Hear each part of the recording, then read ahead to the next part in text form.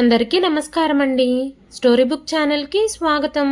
ఈరోజు నేను మీకు వినిపించబోతున్న కథ కూతురంటే కూతురే మరి. నా సంతోషం సుఖం ఏది చూసుకోకుండా దీని మీదే 30 సంవత్సరాల నుంచి ప్రాణాలన్నీ పెట్టుకొని ఒంటరిగా ఉద్యోగం చేసుకుంటూ బ్రతికింది ఈ మాటలు వినడానికేనా అంటూ గుండెల విసేలా ఏడవసాగింది.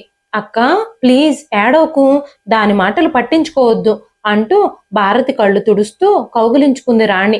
ఒక వారం తర్వాత రాణి బస్ ఎక్కుతూ, అక్క నువ్వేమీ పట్టించుకోవద్దు, అది ఇంకా చిన్నపిల్ల, నీకు వీలైనప్పుడల్లా మా ఇంటికి వచ్చేయి అంది. ఆ రాత్రి పడుకునుండగా కూతురి మాటలు గుర్తుకొచ్చి గతమంతా కళ్ళ ముందు తిరగసాగింది. అప్పుడే పెళ్లి చూపుల కార్యక్రమం అయిపోయి అబ్బాయి వారి తరపు వారు ఆటోలెక్కి వెళ్ళిపోయారు. అనసూయ భర్త రాఘవయ్యతో కలిసి వెనుదిరిగి ఇంట్లోకి అడుగులు వేసింది. అమ్మా, అక్కకి రంగారావు నచ్చలేదట అంది గదిలో నుంచి బయటకొచ్చిన భారతి చెల్లెలు రాణి. ఏమైందట ఆ అబ్బాయికి? చిరాకుగా అంది అనసూయ కూతురు భారతిని చూసి. చూస్తే తాగుబోతులాగా ఉన్నాడు, చూపులు కూడా బాగోలేవు, నాకొద్దు అంది భారతి కోపంగా. సరేలే పోనీలే అమ్మడు, వేరే సంబంధం చూద్దాం అన్నాడు రాఘవయ్య ప్రేమగా. చాలే సంబరం, ఊరుకోండి, మీరిచ్చే కట్నాలకి ఇంతకంటే గొప్ప సంబంధాలు ఎక్కడొస్తాయి? పేకాటకి డబ్బులన్నీ తగలేకుండా ఉండుంటే కాస్తో కూస్తో ఇవ్వగలిగే వాళ్ళం అంది గయ్యన అరుస్తూ. ఆ మాటతో బయటకు వెళ్ళిపోయాడు రాఘవయ్య. అమ్మా వినవే అంది భారతి నిస్సహాయంగా బాధతో. నోరు మూసుకో, సినిమా హీరోలు వస్తారా ఏమిటి? నీ తర్వాత 3 ఉన్నారు ఇంకా పెళ్లికి పెద్దగా అరిచింది అనసూయ. అందులో ఒక తల్లి అసహాయత కోపం కనపడుతూ ఉంది. అది విని భారతి గుండెల్లోంచి దుఃఖం ఎగదన్నింది. ఆ నెలలో ఒక ముహూర్తంలో భారతికి రంగారావుతో వివాహం అతి మామూలుగా వెంకటేశ్వరుడి గుడిలో జరిగిపోయింది. అత్తారింట్లో కడుగుపెట్టింది భారతి. ఇంటి ముందు ఆటో రిక్షా ఒక పక్క నిలిపుంది. ఇల్లంతా వస్తువులు చిందరవందరగా పడున్నాయి. 3 గదుల ఇల్లది. పొలం గట్టున చిన్నగా కట్టారు. ఇంటి కప్పు వైపు పైకి చూసింది. అక్కడక్కడా పెంకులు పగిలిపోయి అందులో నుంచి సూర్యరశ్మి నేల మీదకి ప్రసరిస్తూ ఉంది. రాత్రి అత్తామామలు తినేసి పడుకుండిపోయారు. ఇంట్లోకొచ్చిన కాసేపటికే బయటకు వెళ్ళిపోయిన భర్త కోసం ఎదురు చూస్తూ మంచం మీదే పడుకుంది భారతి. ఊరికి దూరంగా ఉన్న సావిత్రి ఇంట్లో నుంచి తల జుట్టు సరిచేసుకుంటూ బయటకొచ్చాడు రంగారావు. జాగ్రత్తగా వెళ్ళు అని తలుపేసేసుకుంది సావిత్రి. మెల్లగా అడుగులేసుకుంటూ ఇంటి దారి పట్టాడు రంగారావు. ఊరంతా సర్దుమడిగింది. అక్కడక్కడ కుక్కలు మురుగుతున్నాయి. వీధంతా నిర్మానుష్యంగా ఉంది. జేబులో నుంచి సిగరెట్ తీసి కాలుస్తూ ఇంటి ముందు తలుపు కొట్టాడు. అప్పుడే మాగన్నుగా నిద్రపోయిన భారతి తలుపు చప్పుడుతో ఉలిక్కిపడి నిద్రలేచింది. వెంటనే గబగబా వెళ్లి తలుపు తీసింది. లోపలికి అడుగుపెట్టిన రంగారావు కాస్త తూలి సంభాళించుకొని వెళ్లి మంచం మీద పడుకున్నాడు. భోజనం వడ్డించనా అంది. అవసరం లేదు అని పక్కకు తిరిగి పడుకున్నాడు రంగారావు. అతని నోటి నుంచి నాటుసారా వాసన గబాళించింది. వంటింట్లో అన్నీ సర్ది బాటిల్లో నీళ్లు తీసుకొని గదిలోకి వెళ్లి చూసింది భారతి. బెల్లకిలా పడుకుని గురక పెడుతూ నిద్రపోతున్నాడు రంగారావు. నిట్టూర్చి నీళ్ల బాటిల్ పక్కన పెట్టి పెళ్లి చీర సర్దుకొని పక్కలో ఒరిగింది. అర్ధరాత్రి మీద పడిన బరువుకి మెలకు వచ్చింది. 10 నిమిషాల తర్వాత తన కోరిక తీర్చుకుని పడుకున్న భర్త వైపు చూసింది. ఉదయం లేచి బయటకొచ్చేసరికి అత్తమ్మ ఎదురొచ్చింది. కోడలి వైపు చూసి పశువులకి దాణా గడ్డి పెట్టు, ఆ తర్వాత అక్కడున్న గిన్నెలు కడుగు అంది. పనులన్నీ పూర్తయ్యేటప్పటికి మధ్యాహ్నం 12 దాటింది. స్నానం చేసేటప్పుడు ఒంటి మీద నీళ్లు పోసుకోగానే ఒళ్ళంతా మంటలు మొదలయ్యాయి. అప్పుడే గుర్తొచ్చింది ఎంత వారించినా వినకుండా భర్త గోళ్లతో రక్కి పళ్లతో కొరికిన విషయం. అన్నం తిని బయటకు వెళ్ళిపోయాడు రంగారావు. అత్త మామగారు ఇద్దరూ కలిసి పొలానికి వెళ్ళిపోయారు. ఇంట్లో ఒంటరిగా మిగిలిపోయింది భారతి. ఇంటి బయటకొచ్చి నిలబడి చుట్టూ చూసింది. దూరంగా ఊరు కనపడుతోంది. ఇరుగు పొరుగు ఎవ్వరూ లేరు. లోపలికి వెళ్లి టీవీ ముందు కూర్చుంది. పాత టీవీ కావడంతో సరిగ్గా కనబడడం లేదు.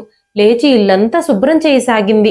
సాయంకాలం వంట చేసి అత్తామామ తిన్న తర్వాత బయట మెట్ల మీద కూర్చుని చీకట్లో భర్త కోసమే ఎదురు చూడసాగింది. చల్లగా చలి మొదలయ్యింది.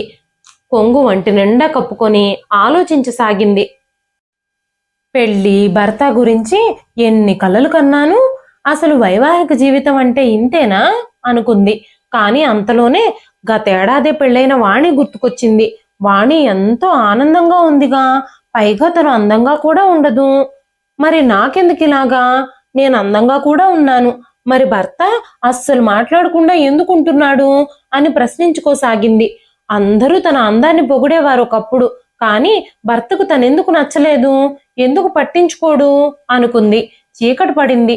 చాలాసేపు ఎదురు చూసి చూసి ఇంట్లోకి వెళ్ళి మంచం మీద పడుకోగానే నిద్రతో కళ్ళు మూసుకుపోయాయి. మంచి నిద్రలో ఉండగా ఊపిరి పట్టేసినట్టయి మెలకు వచ్చింది భారతికి. సగం నిద్రలో ఉంది, ఏమీ తెలియడం లేదు. కొద్దిసేపట్లోనే అర్థమైంది పైన పడింది భర్త అని. భర్త బరువు తట్టుకోలేక కాస్త పెనుగులాడింది. కదలకు అన్నాడు రంగారావు. 2 రోజులుగా స్నానం లేని అతని ఒంట్లో నుంచి దుర్గంధం భరించలేకుండా ఉంది. అతని శ్వాస సారా వాసనను వెదజల్లుతోంది. తన పశువు అంచ ఎప్పటిలాగానే తీర్చుకొని లేచి పక్కకు తిరిగి నిద్రపోయాడు. పొద్దున్నే లేచి తలంటి స్నానం చేసుకొని బకెట్లో వేడినీళ్లు పోసి రంగారావు దగ్గరకు వెళ్ళి నీళ్లు పెట్టాను, స్నానం చెయ్యండి అంది భారతి.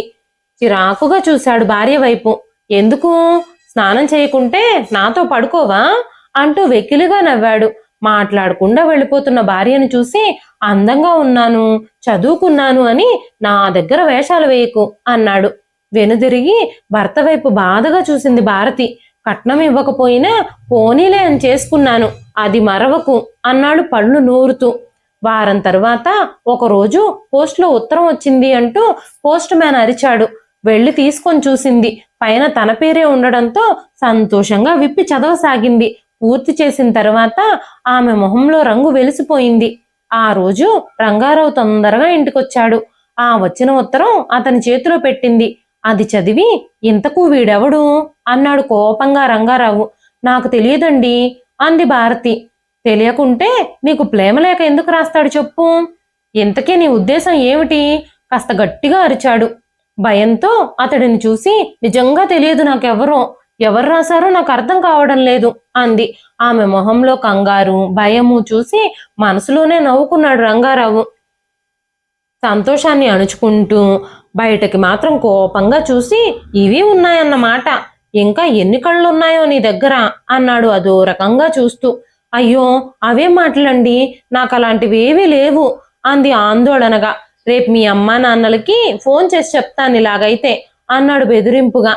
స్నానానికి నీళ్లు తోడనా? 4 రోజులైంది స్నానం చేయకుండా అంది.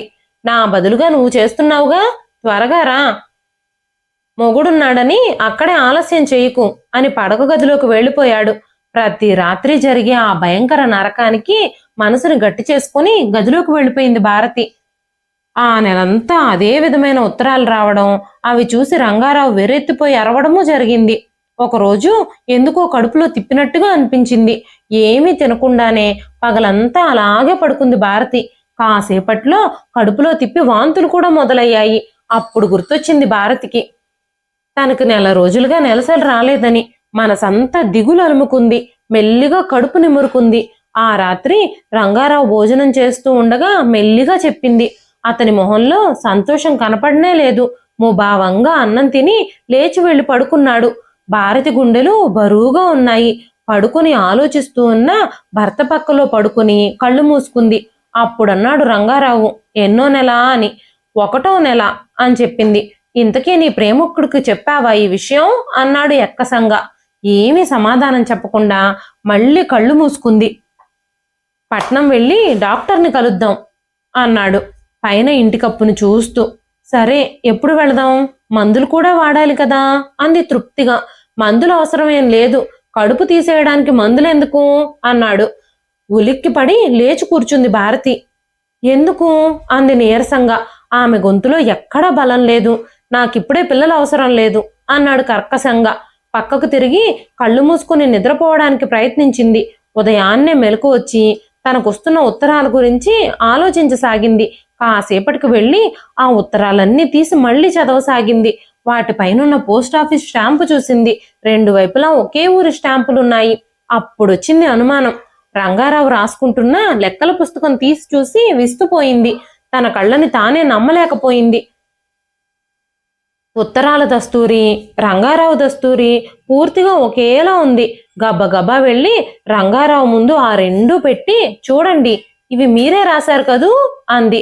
వాటిని తేరిపారా చూసి లేచి నిలబడి పెద్దగా అరుస్తూ భారతి చెంప పగిలేలా అరచేతిని గట్టిగా విసిరాడు. ఆ దెబ్బ తాకిడికి కెవ్వున అరిచి దూరంగా కింద పడిపోయింది భారతి.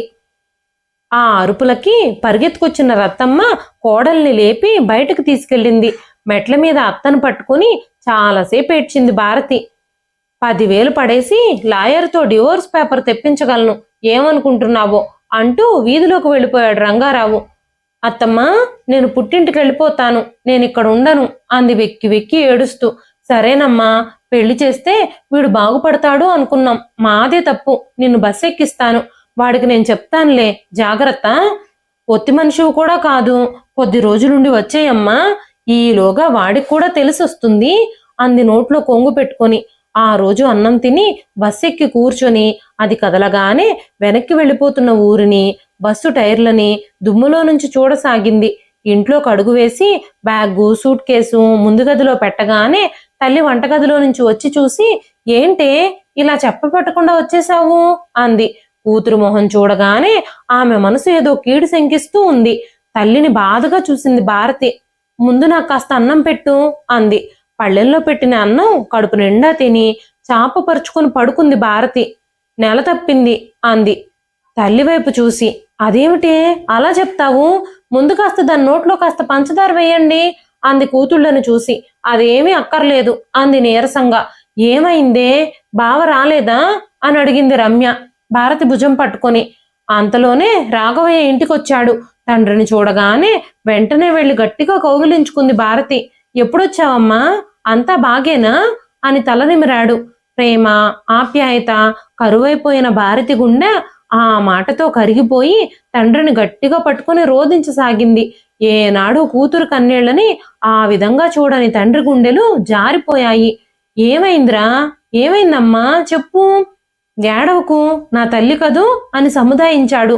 అతని గుండె కూడా నీరైపోయింది. నెల తప్పిందనగానే కొట్టాడు నాన్న, డివోర్స్ ఇస్తానన్నాడు, రోజు నరకమే అంటూ వివరంగా చెప్పసాగింది. అవి విని అక్కడున్న కుటుంబం మొత్తం కొయ్యబారిపోయింది. అనసూయ కాళ్లల్లో నీరసం వచ్చి కింద కూలబడింది.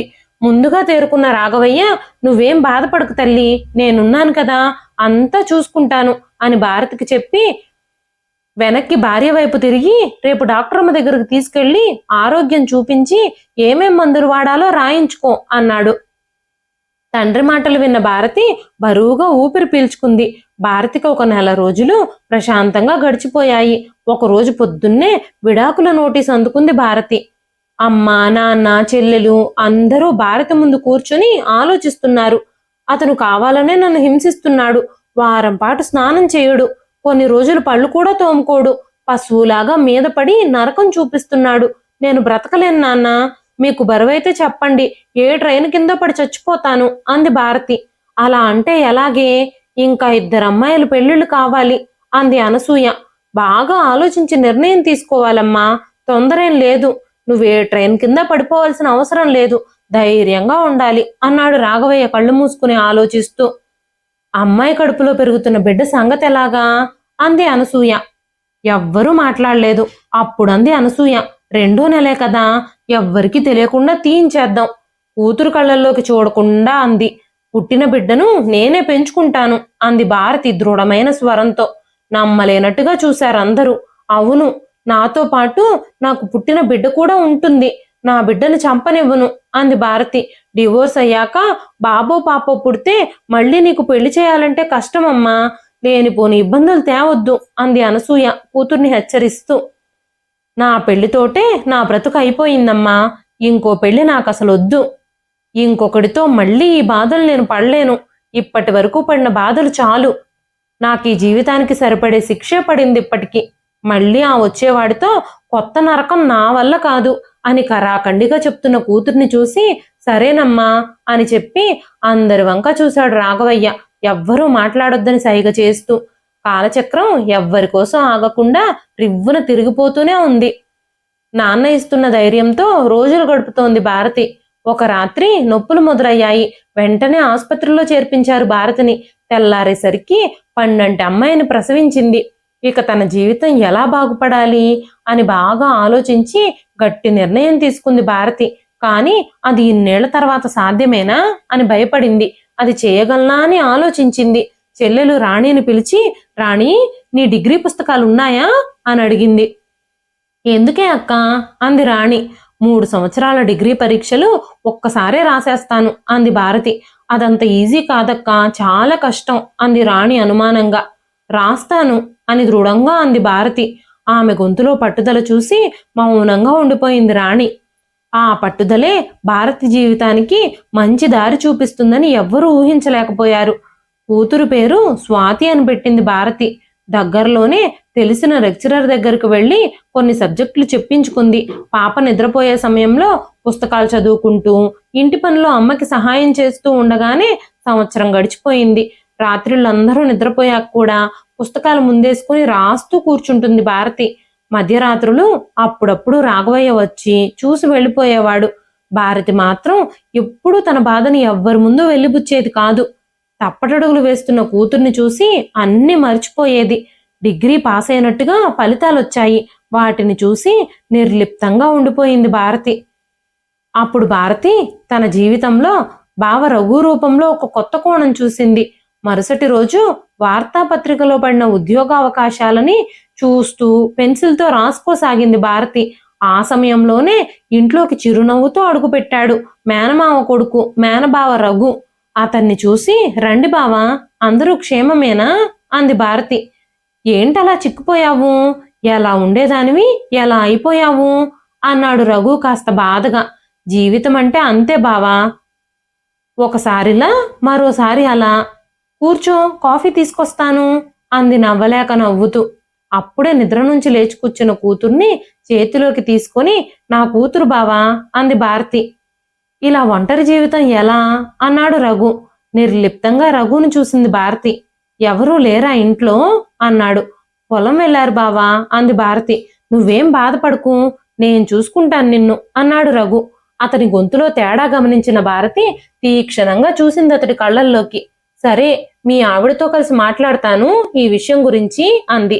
భారతి గొంతులోని కోపాన్ని గ్రహించిన రఘు తత్తరపడి లేచి నుంచుని, మళ్ళీ కలుస్తాను, అలాగైతే నాకు కొంచెం పనుంది అని బయటకు అడుగులు వేశాడు. వెనక్కి చూడకుండా వెళుతున్న అతన్ని చూసి గమ్మత్తుగా నవ్వుకుంది భారతి. ఇంట్లో ఒక్క క్షణం ఆగకుండా అల్లరితో కలియ తిరుగుతున్న చిన్న పాపతో అందరికీ రోజంతా సంతోషంగా గడిచిపోతూ ఉంది. ఎన్నో ఉద్యోగ పరీక్షలు రాస్తూ ఉంది భారతి. కానీ వాటి ఫలితాలు మాత్రం రావడం లేదు. వారం తర్వాత ఇంటికొచ్చిన చిన్ననాటి స్నేహితురాలు లతతో కూర్చొని, మీ ఆఫీసులో ఏదైనా పనుంటే చెప్పు లత అని అడిగింది భారతి. ఉంటాయి, కానీ జీతం చాలా తక్కువగా ఉంటుంది, నువ్వు చేయగలవా అంటూ ప్రశ్నించింది లత. చేస్తాను, ఏదో ఒకటి చేసుకోవాలి కదా, ఇలా ఎన్ని రోజులుంటాను అంది భారతి. రేపు కనుక్కొని చెప్తాను అంది లత.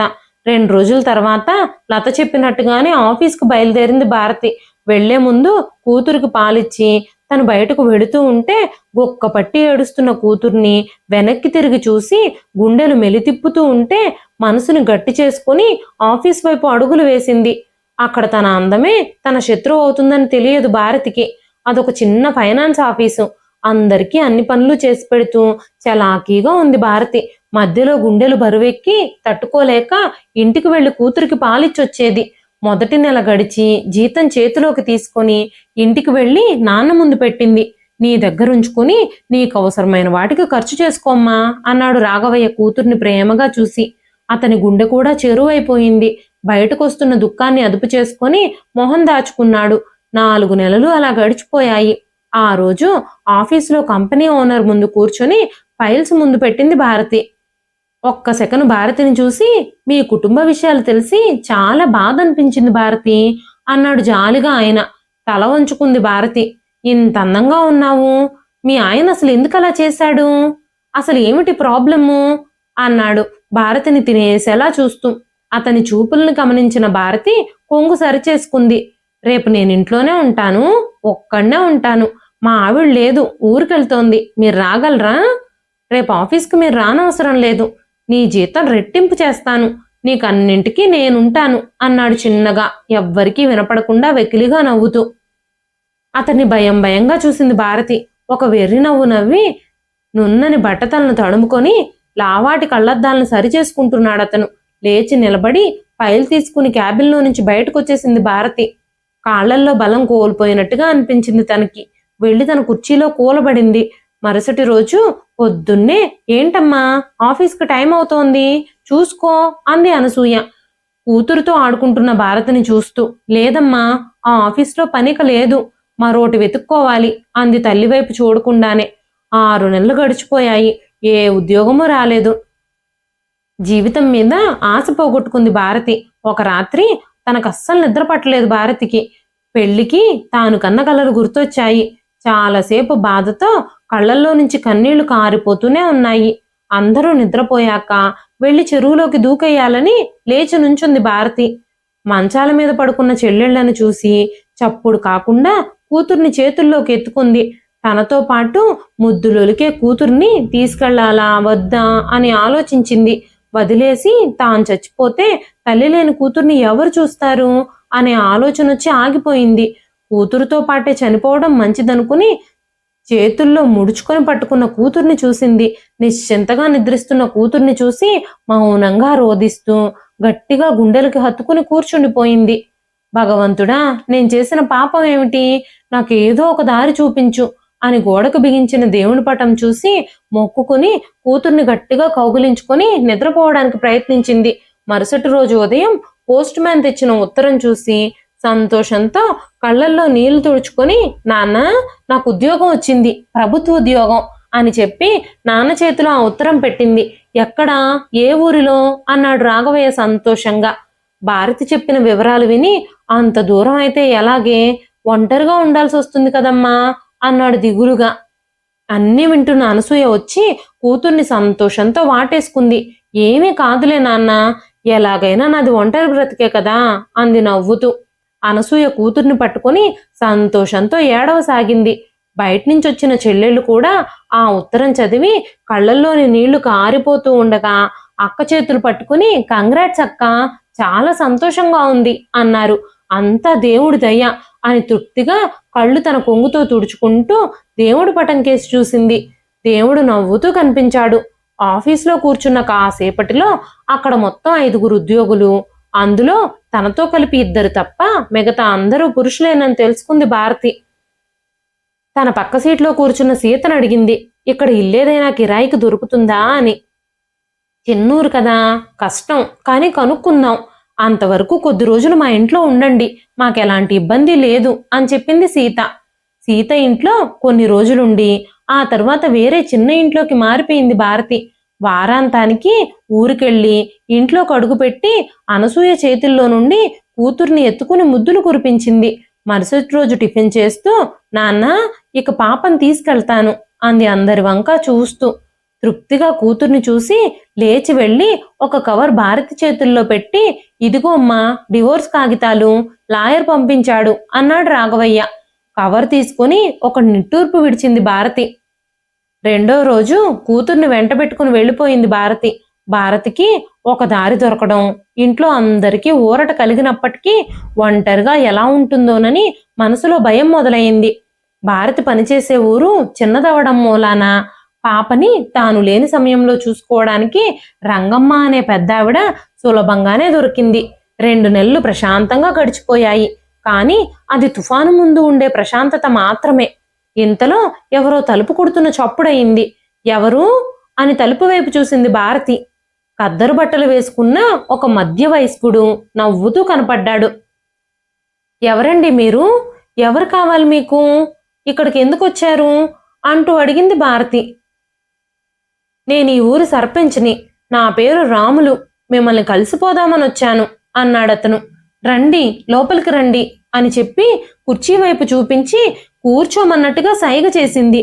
దర్పం చూపిస్తూ కాలు మీద కాలు వేసుకుని కూర్చున్నాడు రాములు. చెప్పండి ఏం కావాలి అని అడిగింది భారతి ఎదురుగా ఉన్న ఇంకో కుర్చీని దూరంగా జరుపుకుని కూర్చుంటూ. ఏమీ లేదండి, మిమ్మల్ని అలా ఒకసారి పలకరించిపోదామని వచ్చాను అన్నాడు చిన్న చిరునవ్వుతో. అతని వాలకంలో ఏదో తేడా గమనించిన భారతి మొహం కాస్త గంభీరంగా పెట్టింది. ఏదైనా పనుంటే మీరు ఆఫీస్కి రండి. అని చెప్పగానే, నాకేమీ అవసరం లేదండి, మీరు కొత్తగా వచ్చారని, ఒక్కరే ఉంటారని తెలిసి కలిసి పోదామని వచ్చాను అన్నాడు. అతని స్వరంలో ఏవేవో అర్థాలు గోచరించాయి భారతికి. సరేనండి, నాకు కాస్త పనుంది అంటూ లేచి నిలబడింది భారతి. అలాగేనండి, మీ వారెక్కడా అన్నాడు. సమాధానం చెప్పే ఇష్టం లేనప్పటికీ బలవంతంగా అంది. మా ఊర్లో ఉన్నారు. ఏదైనా అవసరం ఉంటే కాల్ చేయండి, ఇదిగోండి నా కార్డు అని వెకిలిగా నవ్వి విజిటింగ్ కార్డు తీసి అక్కడున్న టేబుల్ పైన ఉంచి బయటకు అడుగులు వేశాడు రాములు. అతను బయటకు వెళ్ళగానే ఆ కార్డు తీసి చెత్తబుట్టలో పారేసింది భారతి. ఒకరోజు అనసూయ, రాఘవయ్య ఇద్దరూ భారతి ఇంటి ముందు ఆటో దిగారు. తల్లిదండ్రులతో వారం రోజులు హాయిగా గడిచిపోయాయి. రేపు మేమిక వెళ్ళొస్తాంరా అన్నాడు రాఘవయ్య భోజనం చేసి కూర్చుంటూ. మళ్ళీ ఎప్పుడొస్తారు నాన్న అంది భారతి. వస్తాంలే కాని ఒక విషయం మాట్లాడదామని వచ్చాం ఇప్పుడు అంది అనసూయ. ఏమిటమ్మా అది అంది భారతి బ్రుకుటి ముడివేసి. ఇలా ఒంటరిగా జీవితం ఎన్నాళ్ళు? నీకు సంబంధాలు వస్తున్నాయి అంది అనసూయ. ఎందుకని? ఉద్యోగం ఉందని వస్తున్నారా? మరి నా కూతుర్ని కూడా చూసుకుంటారా అంది. నీ కూతుర్ని మేం చూసుకుంటాం, దాని గురించి వదిలేసేయి అంది అనసూయ. నాకే పెళ్లి అవసరం లేదు, ఎవరు చూసుకున్నా సరే నా కూతుర్ని బాగా చూసుకుంటారని గ్యారంటీ లేదు. నాకీ జీవితానికి నాకున్న ఆ కూతురు చాలు అంది. రాఘవయ్య మౌనంగా కూర్చుండిపోయాడు. కాసేపటికి మళ్ళీ అంది భారతి. అమ్మా, ఇక మీరు చెల్లెళ్ల పెళ్లి సంబంధాల గురించి ఆలోచించండి, వాళ్ళకి సంబంధాలు చూసి పెళ్లిళ్ళు చెయ్యండి. నా జీవితం ఇలాగే ఈ చిన్న ఊరిలో ప్రశాంతంగా గడిపేస్తాను అంది. అలాగే ప్రశాంతంగా జీవితం గడుస్తుందని అనుకుంది భారతి. కానీ అలా జరగలేదు. ఒక రాత్రి మంచి నిద్రలో ఉంది భారతి. అర్ధరాత్రి ఉన్నట్టుండి మెలకు వచ్చి లేచి కూర్చుంది. ఎవరో పిలుస్తున్నట్టుగా అనిపించింది. మగత నిద్రలో ఏమీ అర్థం కాక తలుపు వైపు చూసింది. చిన్నగా ఎవరో తలుపు తడుతున్నారు. ఎవరు అంది. సమాధానం రాలేదు బయట నుంచి. గుండెలు వేగంగా కొట్టుకుంటున్నాయి. భారతి అలాగే వెళ్ళి తలుపు తీయకుండానే మళ్ళీ తలుపు దగ్గరికి వెళ్ళి ప్రశ్నించింది, ఎవరు అని. చిన్నగా గుసగుసగా వినిపించింది. నేనే, రాములుని, తలుపు తీయండి అన్నాడు రాములు. ఏంటి సమయంలో? ఉదయం రండి అని కరుకుగా చెప్పింది. చెప్తాను, ప్లీజ్ తలుపు తీయండి. ఎవ్వరూ చూడ్డం లేదు, మీకెలాంటి భయమో అక్కర్లేదు. కొద్దిసేపుండి వెళ్ళిపోతాను ప్లీజ్ అన్నాడు. మర్యాదగా చెప్తున్నాను, వెళ్ళిపోండి అంది భారతి చిరాకుగా. తలుపు దగ్గరే నిలబడి, నిన్ను, నీ కూతుర్ని కూడా బాగా చూసుకుంటాను, తలుపు తీయి అన్నాడు మెల్లిగా. కాసేపు ఆలోచించి ఒక నిర్ణయానికి వచ్చింది భారతి. తలుపు పక్కనుండే కిటికీ తీసి ఊపిరి గుండెల నిండా పీల్చుకొని దొంగ దొంగ దొంగ అని అరవసాగింది. బెంబేలెత్తిపోయాడు రాములు. వెంటనే అక్కడి నుంచి పరుగులంఘించుకున్నాడు. పడుతూ లేస్తూ పరిగెత్తున్న అతన్ని చూసి కడుపుబ్బ నవ్వసాగింది భారతి. అలా నవ్వుతూ నవ్వుతూనే కడుపులోంచి ఎగదన్నిన దుఃఖం గొంతులో పెద్ద చప్పుడుతో బద్దలయ్యింది. చుట్టుపక్కల వాళ్ళు తలుపు తీసుకుని బయటకు రాసాగారు. కళ్ళల్లో నీళ్లు తుడుచుకుని తలుపు తీసుకుని బయటకు వెళ్ళింది భారతి. ఎవరో తలుపు తీయడానికి ప్రయత్నిస్తుండడం గమనించి దొంగేమోనని భయంతో అరిచాను అని చెప్పింది అందరికీ. కొందరు చుట్టూ చూసొచ్చారు. కాసేపటికి ఎవ్వరూ దొరకకపోవడంతో అందరూ అక్కడి నుంచి వెళ్ళిపోయారు. ఎవ్వరికైనా కాస్త చనువిచ్చి స్నేహంగా మసులుకుంటే కొద్దినాళ్లల్లోనే రెండో పెళ్లి ప్రస్తావన తేవడం, కూతుర్ని ఎక్కడైనా హాస్టల్లో ఉంచేస్తే బావుంటుందని చెబుతూ ఉండేవారు.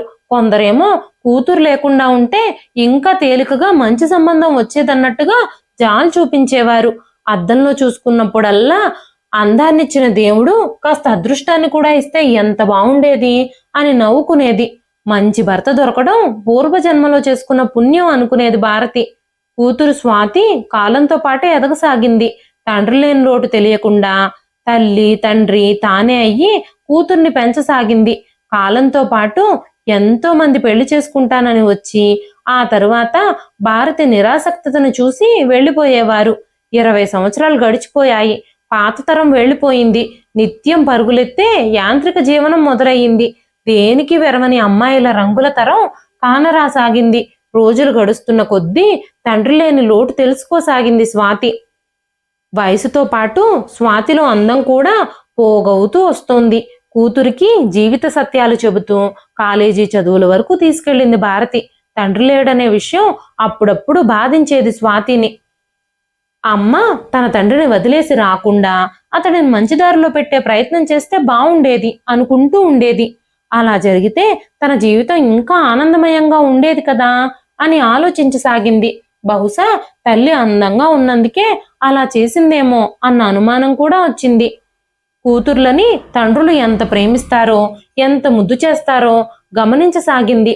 అలాంటి ప్రేమించే తండ్రి లేకుండా పోవడానికి కారణం తన తల్లనే అనుమాన బీజం స్వాతి మనసులో కూడా నాటుకుంది.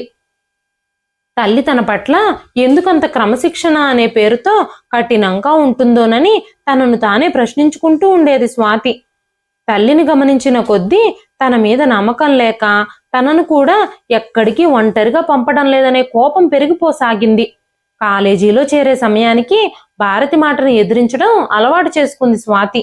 కూతుర్లో వస్తున్న ఈ మార్పును గమనించిన భారతి, ఈ రోజుల్లో అమ్మాయిలంతా ఇంతే అని తన మనసుకు తానే సర్ది చెప్పుకొని తనలో తానే నవ్వుకుంది. తండ్రి జీన్స్ ఎక్కడికి పోవు కదా అనుకుంది. కానీ కూతురి మనస్తత్వంతో తనకు భవిష్యత్తులో కలిసే ప్రమాదాన్ని పసిగట్టలేకపోయింది. ఇంజనీరింగ్ అయిపోయే సమయంలో కాలేజీ క్యాంపస్లో ఉద్యోగం సంపాదించింది స్వాతి.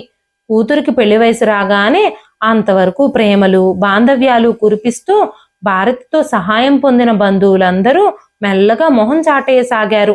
అందరి బుద్ధుల్ని గమనించిన భారతి ఒంటరిగానే పెళ్లి ప్రయత్నాలు చేయసాగింది. భారతి ప్రయత్నాలు సఫలమై స్వాతికి తగిన వరుడు దొరకగానే వివాహం నిశ్చయమైంది. పెళ్లి పనులన్నింటిలో భారతికి స్నేహితులు సహాయం చేయసాగారు. వివాహపు తేదీ దగ్గరయ్యే కొద్దీ స్వాతి కొత్త కొత్త కోరికలు తల్లి దగ్గర బయట పెట్టసాగింది. అవన్నీ తనకి శక్తికి మించి భారమైనప్పటికీ వీలున్న చోటల్లా అప్పులు చేసి అన్నీ కొనిపెట్టింది భారతి. అది చూసిన తల్లి అనసూయ, చెల్లెలు భారతికి జాగ్రత్తలు చెప్పడానికి ప్రయత్నించారు. కానీ భారతి కూతురు మీద ప్రేమతో అవేవీ వినిపించుకోలేదు. అప్పులన్నీ పోగా మిగిలిన కొద్దిపాటి నెల జీతం చూసుకుని ఇక ఒక్కదాన్నేగా, ఇంత చాలులే, నాకేం ఖర్చులుంటాయి అనుకుంది భారతి. పెళ్ళైన కొన్ని రోజుల తర్వాత ఆ రోజు స్వాతి నుంచి ఫోన్ వచ్చింది. సంతోషంగా అంది భారతి, చెప్పరా కన్నా, బావున్నావా, టిఫిన్ చేశావా అని. బావున్నానమ్మా, నేను మీ అల్లుడు గారు ఈ నెలలో ఒక టూర్కి వెళదామని ప్లాన్ చేసుకుంటున్నాం. మీ అల్లుడు గారే టూర్కి వెళదాం అంటున్నారే, కాస్త డబ్బులు పంపవే అంది స్వాతి. వచ్చిన జీతం నెలంతా తన ఇంటి ఖర్చులకు కూడా సరిపోవేమోనని భయపడుతూ ఉన్న సమయంలో ఇది వినగానే ఏం చేయాలో అర్థం కాలేదు భారత్కి. ఎంత కావాలమ్మా అంది. 70,000 పంపు, 10 రోజుల టూర్ కదా, సరిపోకపోతే మళ్ళీ ఫోన్ చేస్తా అని లైన్ కట్ చేసేసింది స్వాతి. సరే, ఇంకేంటి విశేషాలు అంది భారతి. అట్నుంచి సమాధానం రాకపోయేసరికి మొబైల్ కేసి చూసి అప్పటికే కూతురు ఫోన్ కట్ చేసింది అన్న విషయం తెలిసి బరువుగా నిట్టూర్చి తన అన్ని బ్యాంకుల ఖాతాల్లో ఉన్న డబ్బులన్నీ పంపించేసింది భారతి. ఆఫీస్ అయిపోగానే ఆటో గురించి నిలబడి ఎదురు చూడసాగింది. ఇంతలోనే భారతికి ఊపిరాడడం కష్టంగా అనిపించింది. అక్కడున్న బెంచీ మీద కూర్చుని బ్యాగులో ఉన్న బాటిల్ తీసుకుని నీళ్లు తాగింది. చిన్నగా చెమటలు పట్టసాగాయి. వెంటనే మొబైల్ తీసుకుని స్వాతికి ఫోన్ చేసింది. ఫోన్ రింగ్ అవుతోంది కానీ స్వాతి నుంచి సమాధానం రాలేదు. గుండెల్లో ఊపిరి తీసుకోవడం చాలా కష్టమైపోయింది. చుట్టూ చూసింది. జీన్స్ ప్యాంట్ వేసుకొని అక్కడ నిలబడి మొబైల్లో గేమ్స్ ఆడుతున్న కుర్రాడిని పిలిచింది. బాబు, నన్ను హాస్పిటల్కి తీసుకెళ్ళవా ప్లీజ్ అని అడిగింది. నొప్పితో గొంతు పెగలడం లేదు భారతికి.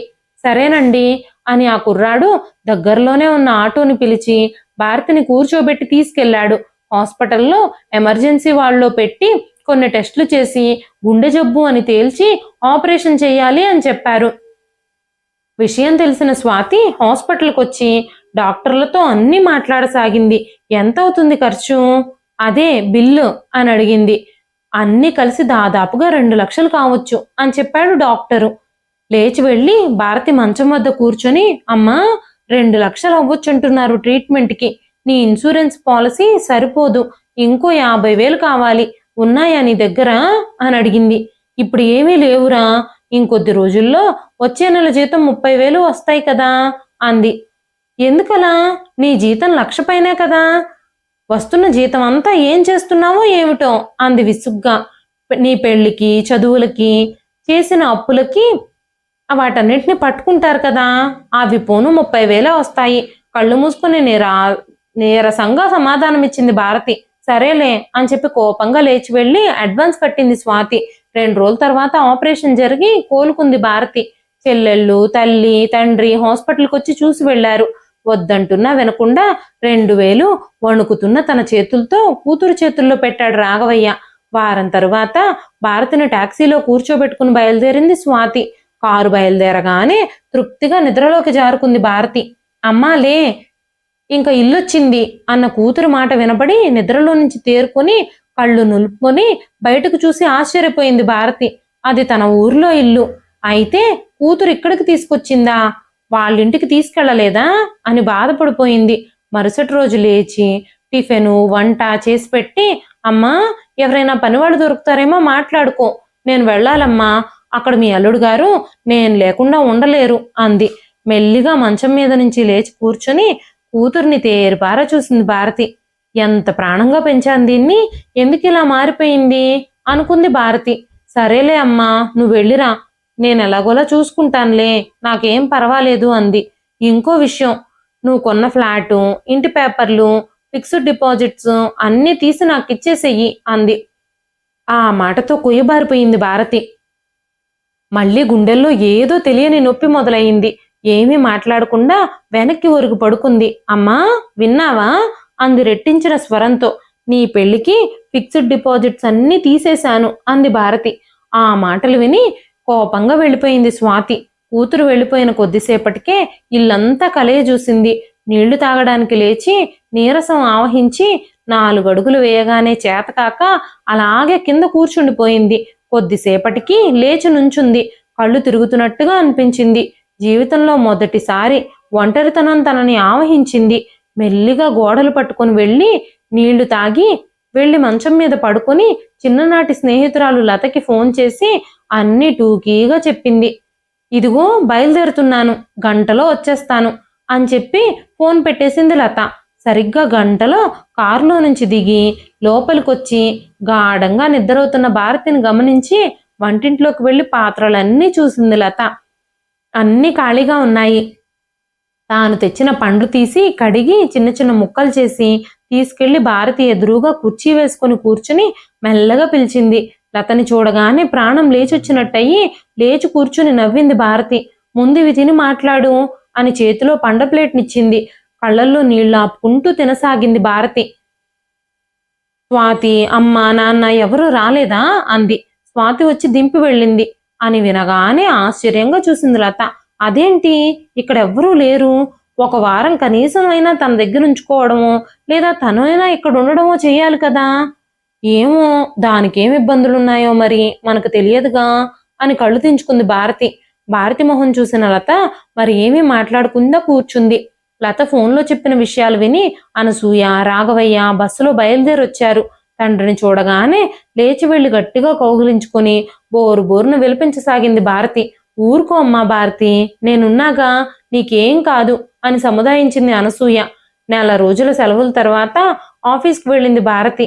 మేడం చాలా నీరసంగా కనబడుతున్నారు, పైగా ఉన్నట్టుండి తలంతా తెల్ల వెంట్రుకలు వచ్చేశాయి, దాంతో ఇంకా వయసు మీద పడినట్టుగా ఎక్కువగా కనిపిస్తోంది అంది తోటి సహోద్యోగిని వేణి. చిన్న చిరునవ్వు నవ్వి, మరి నిజాన్ని దాచలేనుగా, ఇంకొన్ని సంవత్సరాల్లో రిటైర్మెంట్కి కూడా దగ్గరగా వచ్చేసానుగా అంది భారతి నవ్వుతూ.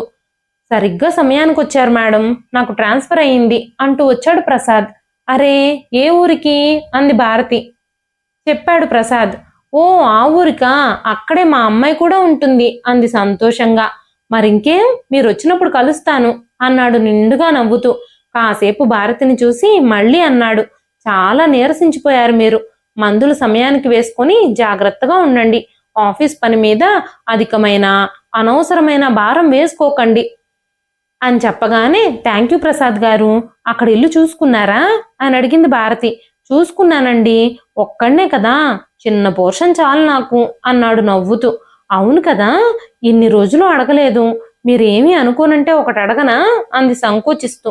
పర్వాలేదు అడగండి, అయినా మనం కలిసి పనిచేస్తూ 4 సంవత్సరాలు దాటింది అన్నాడు చిరునవ్వుతో. ప్రసాద్కి ఇంకా పెళ్లి కాలేదు, తను పెళ్లి చేసుకోలేదు, ఏనాడు ఆ విషయం గురించి తను చర్చించలేదు. మీరు ఒంటరిగా ఎందుకుంటున్నారు? వివాహం ఎందుకు చేసుకోలేదు? ప్రశ్నార్థకంగా చూసింది భారతి. అది విని కాసేపు కళ్ళు దించుకుని అన్నాడు. 2 చెల్లెళ్ళు, ఒక తమ్ముడు. వారిని చదివించి పెళ్ళిళ్ళు చేసేసరికి ఆలస్యం అయిపోయింది. అప్పుడే నాకు 40 దాటిపోయాయి. నాకు ఆ సమయంలో ఇక సంబంధాలు ఇవేవీ రాలేదు. అలా జీవితం ముగింపుకొచ్చేసింది. నిట్టూర్చాడు ప్రసాద్. అతని మొహంలో కాస్త దిగులు, బాధ గోచరించాయి. అయితే అమ్మా నాన్న ఎక్కడా? అంది భారతి మాట మారుస్తూ. నాన్న పోయారు, అమ్మ నాతోనే ఉంటుంది అన్నాడు గట్టిగా ఊపిరి పీల్చుకుంటూ. నేను అమ్మాయి దగ్గరకు వచ్చినప్పుడు మనం ఖచ్చితంగా కలుద్దాం అంది భారతి. గత 4 సంవత్సరాలు ప్రతి విషయంలోనూ భారతికి సహాయం చేస్తూ ఉండేవాడు ప్రసాద్. ఏనాడు హద్దులు మేరకుండా జాగ్రత్తగా మసులుకునేవాడు. నిజానికి ఆఫీస్లో అందరికీ కూడా సహాయం చేసేవాడు. అతని సెండ్ ఆఫ్ నాడు చాలా మంది బాధపడ్డారు. నెల రోజుల పిమ్మట స్వాతి ఫోన్ చేసింది. వంట చేసుకుంటున్న భారతి ఫోన్ లేపగానే, అమ్మా, మన ఇంటి పేపర్లన్నీ తీసి పెట్టావా అంది.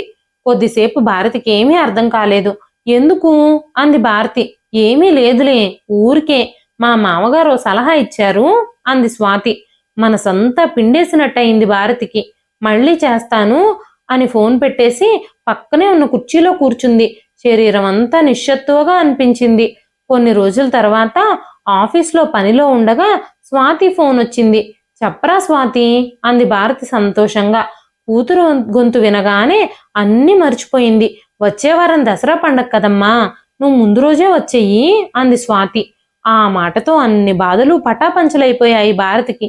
సరేనమ్మా, అలాగే వస్తాను అంది. ఆటో దిగి కూతురింట్లో అడుగుపెట్టింది భారతి. తల్లి చేతుల్లో నుంచి సూట్ కేసు అందుకొని గదిలోకి తీసుకెళ్ళింది స్వాతి. ఉదయం మొబైల్ తీసుకొని చూస్తూ ఉండగా ప్రసాద్ పెట్టిన దసరా శుభాకాంక్షలు అన్న మెసేజ్ కనపడింది. తానిక్కడే కూతురింట్లో ఉన్నట్టుగా సమాధానం పెట్టింది భారతి. మరి కాసేపట్లో ప్రసాద్ నుంచి ఫోన్ వచ్చింది. హలో ప్రసాద్ గారు అంది మర్యాదగా. నమస్కారం భారతి గారు, ఎక్కడా అభిమానంగా అన్నాడు ప్రసాద్ అటువైపు నుంచి. ఇక్కడే, మీ ఊర్లోనే, మా కూతురింటికొచ్చాను అంది చాలా సంతోషంగా. చాలా సంతోషమండి, కలుస్తాను మీకే ఇబ్బంది లేదంటే అని అనగానే, అబ్బబ్బే, ఏం ప్రాబ్లం లేదండి, అడ్రస్ పంపిస్తాను, లొకేషన్ మ్యాప్ చూసుకుని వచ్చేయండి అంది సంతోషంగా. సరే సరే, వచ్చాక మాట్లాడుకుందాం అని చెప్పి ఫోన్ పెట్టేసి సంతోషంగా లేచి పూజ గదిలోకి వెళ్ళింది భారతి.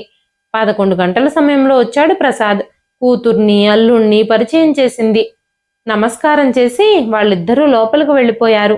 హాల్లో ఇద్దరూ కూర్చుని ఆఫీస్ విషయాలు అవి ఇవి కొద్దిసేపు మాట్లాడాక వెళ్ళిపోయాడు ప్రసాద్. పండగ అయిపోయిన మరుసటి ఉదయం బస్ ఎక్కి వెళ్ళిపోయింది భారతి. ఆఫీస్కి వెళ్ళి పని చేసుకుని సాయంత్రం ఇంటికెళ్లేసరికి చీకటి పడింది. లోపలికి అడుగుపెట్టి ఇంట్లో లైట్లు వేసి కాఫీ గ్లాస్ తీసుకుని వచ్చి ముందు గదిలో కూర్చుంది.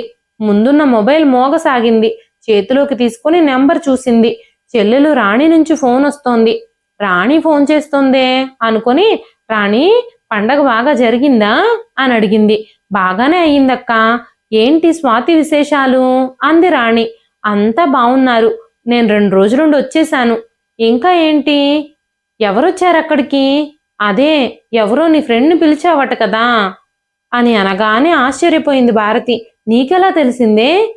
స్వాతి ఫోన్ చేసి చెప్పింది అని చెబుతూ మధ్యలోనే ఆగిపోయింది రాణి. అదేం పెద్ద విషయం అని చెప్పింది? అయోమయంగా అడిగింది భారతి. ఏదోలే, రేపు నేను వస్తాను, సరేరా అని ఫోన్ పెట్టేసింది భారతి. ఏమిటి తలనొప్పి? అసలు ఏంటి స్వాతి ఇలా చేస్తోంది అని ఆలోచనలో పడింది భారతి. మరుసటి రోజు పొద్దున్నే వచ్చేసింది రాణి. ఏంటి ప్రాబ్లం, ఏం జరిగిందే అంది భారతి కంగారుగా. చెప్తాను, ముందలా కూర్చో, కంగారు పడకుండా ఉండు. సరే చెప్పు. భారతి మొహంలో ఆందోళన కనబడుతూ ఉంది. ఎవరో ఒకతను వచ్చాడట కదా అంది తల ఉంచుకొని. అవును, నేనే పిలిచాను, అతను మా ఆఫీస్ కొలీగ్.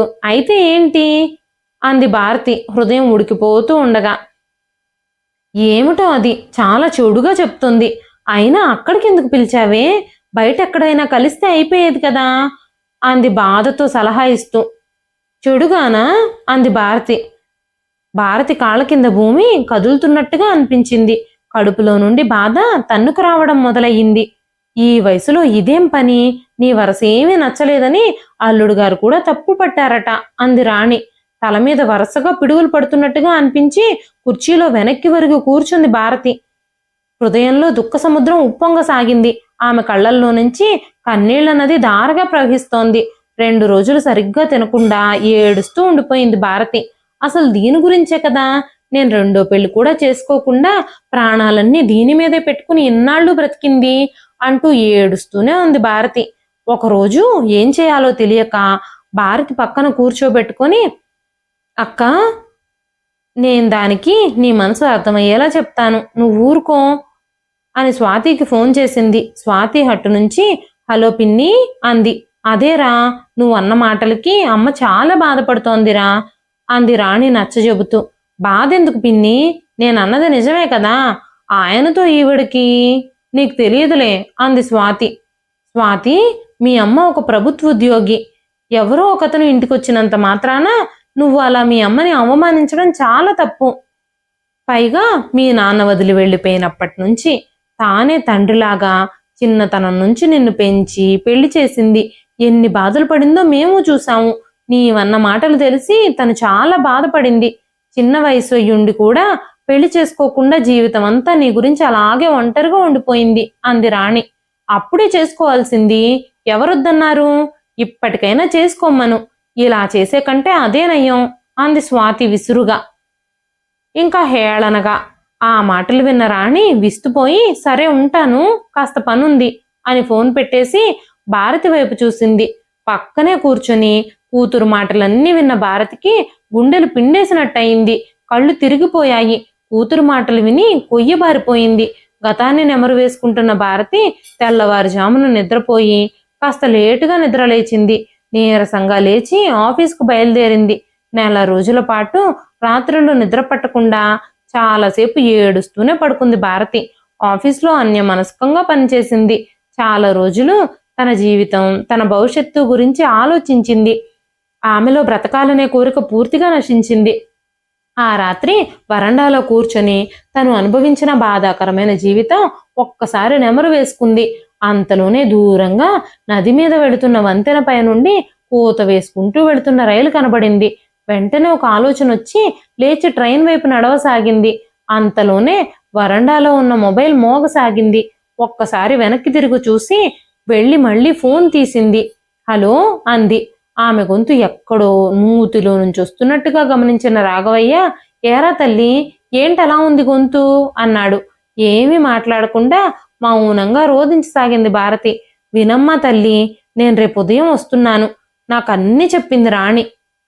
నువ్వు ధైర్యంగా ఉండు, నేనున్నానుగా నీకు, రేపు వచ్చేస్తాను, సరేనా అని చెప్పగానే అలాగే నాన్న అని చెప్పి ఫోన్ పెట్టేసి ఇంట్లోకి అడుగులు వేసింది భారతి. మరుసటి రోజు భార్యతో సహా వచ్చిన రాఘవయ్య వచ్చి కూతుర్ని కూర్చోబెట్టుకొని చాలాసేపు ధైర్యం చెప్పాడు. నేను మీ అమ్మ పెద్దవాళ్ళం అయిపోయాం, ఇంకెన్నాళ్ళు ఉంటామో ఏమో అంటూ చెప్పసాగాడు రాఘవయ్య. చాలాసేపు ఎన్నో విషయాలు చెప్పాడు. అతను మాట్లాడుతున్నంతసేపు కళ్ళల్లో నీళ్లు చెమరుస్తూనే ఉన్నాయి. భారతి అదంతా విని ఆఖరణ ఒక నిర్ణయానికి వచ్చింది. కూతురు చెప్పిన విషయం విని రాఘవయ్య కూతురు తల మీద చేయి వేసి నిమిరి మనసులోనే ఆశీర్వదించాడు. తల్లి అనసూయ కూతుర్ని దగ్గరకు తీసుకుంది. మరుసటి ఉదయం చీకటితోనే లేచి దేవుడి గదిలో పూజ చేసి చెల్లెలికి ఫోన్ కలిపింది. రాణి, నేనొక నిర్ణయానికి వచ్చాను. నేను వివాహం చేసుకుందాం అనుకుంటున్నాను. ఈ విషయం స్వాతికి కూడా చెప్పు అంది. మంచి నిర్ణయం అక్క, అలాగే. అసలు ఈ పని ఎప్పుడో చేయాల్సింది. జీవితం అంతా ఎదురీదావు. మా జీవితాలు ఒక దారికి రావడానికి సహాయం చేశావు. కూతురు బాధ్యత పూర్తి చేశావు. ఇక ఈ వయసులో నీకు తోడు అవసరమే. అలాగే కానివ్వు అని సంతోషంగా అని ఫోన్ కట్ చేసేసి ఇంకొక నెంబర్ కలిపింది రాణి. ఈ విషయం వినగానే స్వాతి నివ్వెరపోయింది. పిన్ని, ఇదేంటి అమ్మ ఈ వయసులో అసహ్యంగా? అసలు మీరందరూ ఎలా విన్నారు? ఎందుకు ఊరుకున్నారు? అమ్మమ్మ తాతయ్య ఏం చేస్తున్నారు? చిచ్చి, ఇదేం బాగాలేదు, నేను అస్సలు ఒప్పుకోను అంది పళ్ళు కొరుకుతూ. నిజమే, అయితే మీ అమ్మెప్పుడు నీ గురించే తప్పిస్తూ జీవితం అంతా నీకే దారపోసింది.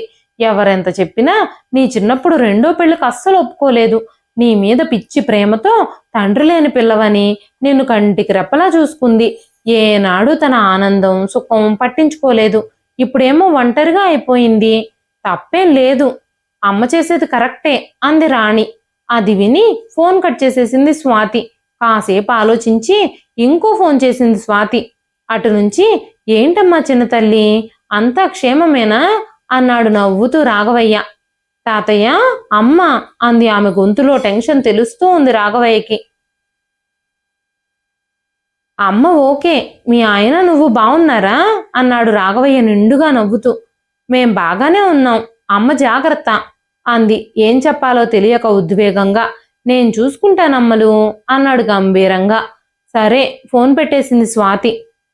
నువ్వు చేయగలిగినంతా చేశావు స్వాతి, ఇక కూల్గా ఉంటే మంచిది, ఇక చాలు అన్నాడు భర్త స్వాతిని హెచ్చరిస్తూ. భర్త వైపే ఆలోచిస్తూ చూసింది స్వాతి.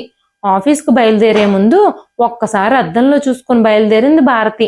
మరోసారి వెనక్కి తిరిగి మళ్ళీ అద్దంలో చూసుకుంది. తలంతా నెరిసిపోయిందే అనుకుంది. ఆ వారం పాటు ఆలోచించింది భారతి. మనసు గట్టి చేసుకుని ఫోన్ కలిపింది. అటు నుంచి హలో భారతి గారు, బావున్నారా అన్నాడు అతను. బావున్నానండి, ఒకసారి మనం కలిస్తే బావుంటుందేమో అంది భారతి. ఒక్క క్షణం మౌనంగా ఉన్న తరువాత సమాధానం చెప్పాడు. తప్పకుండా భారతి గారు, వస్తాను. అతని స్వరంలో ఒక బాధ్యత ధ్వనించింది. నేను ఎదురు చూస్తూ ఉంటాను, త్వరగా వస్తే బావుంటుంది అంది తృప్తిగా నవ్వుకుంటూ. అలా అయితే ఇదిగో ఇప్పుడే బయలుదేరతాను అన్నాడు. ఇంకో ఫోన్ కలిపింది. అటునుంచి రాఘవయ్య. చెప్పమ్మా భారతి అన్నాడు. మీరు చెప్పినట్టుగానే ఫోన్ చేస్తాను నాన్నా, అతను వస్తున్నారు. మీరు అని అడిగింది. ఇదిగో మేము బయలుదేరుతున్నాం, గంటలో వచ్చేస్తాము అన్నాడు రాఘవయ్య. ఒక గంట తర్వాత భారతి ఇంటి ముందు గదిలో అందరూ కూర్చొని అతని గురించి ఎదురు చూస్తూ ఉన్నారు.